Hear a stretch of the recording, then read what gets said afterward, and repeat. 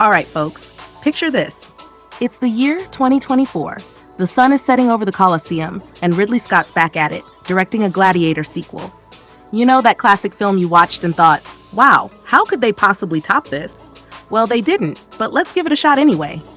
So, Gladiator II. It's here. The movie that makes you wonder, is this a legendary sequel or just a long drawn-out cash grab? Directed by Ridley Scott, this film picks up years after Maximus's heroic death. Our new hero? Lucius, the kid who barely had a chance to shine in the first movie.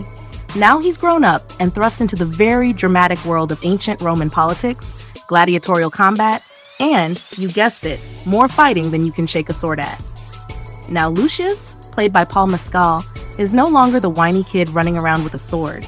Instead, he's thrown into a brutal world where tyrannical Roman rulers, namely Geta and Caracalla, aka the Twins of Doom, make sure the Colosseum is as dangerous as possible.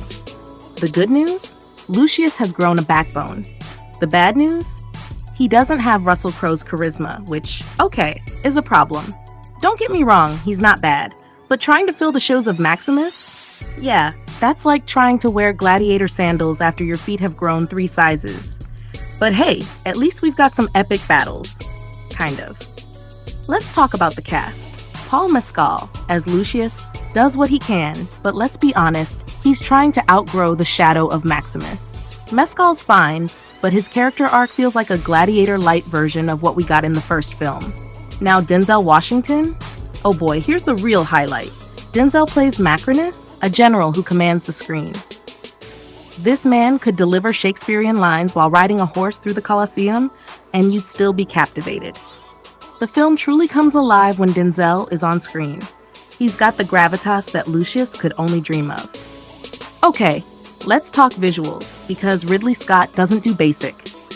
The action scenes are as grand as you'd expect, gory, bloody, and filmed with the kind of dramatic flair that only Ridley Scott can manage.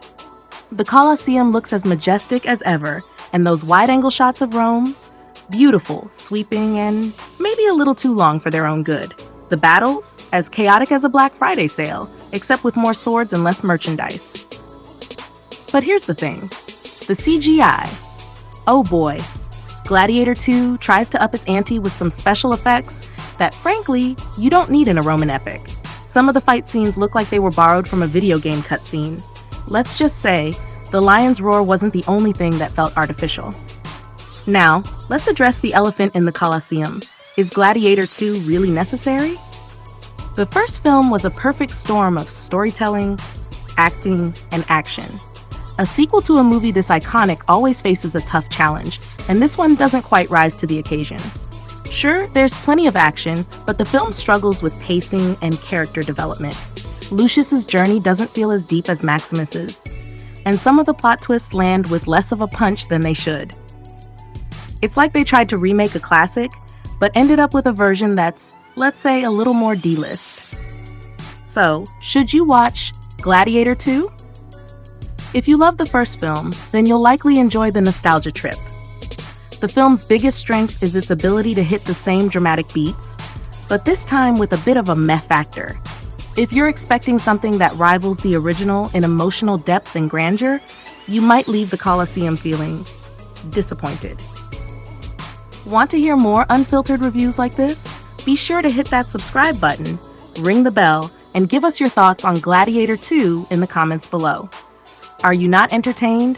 Or is this sequel just another gladiator pit of mediocrity? Let us know. Until next time, keep your swords sharp and your opinions sharper.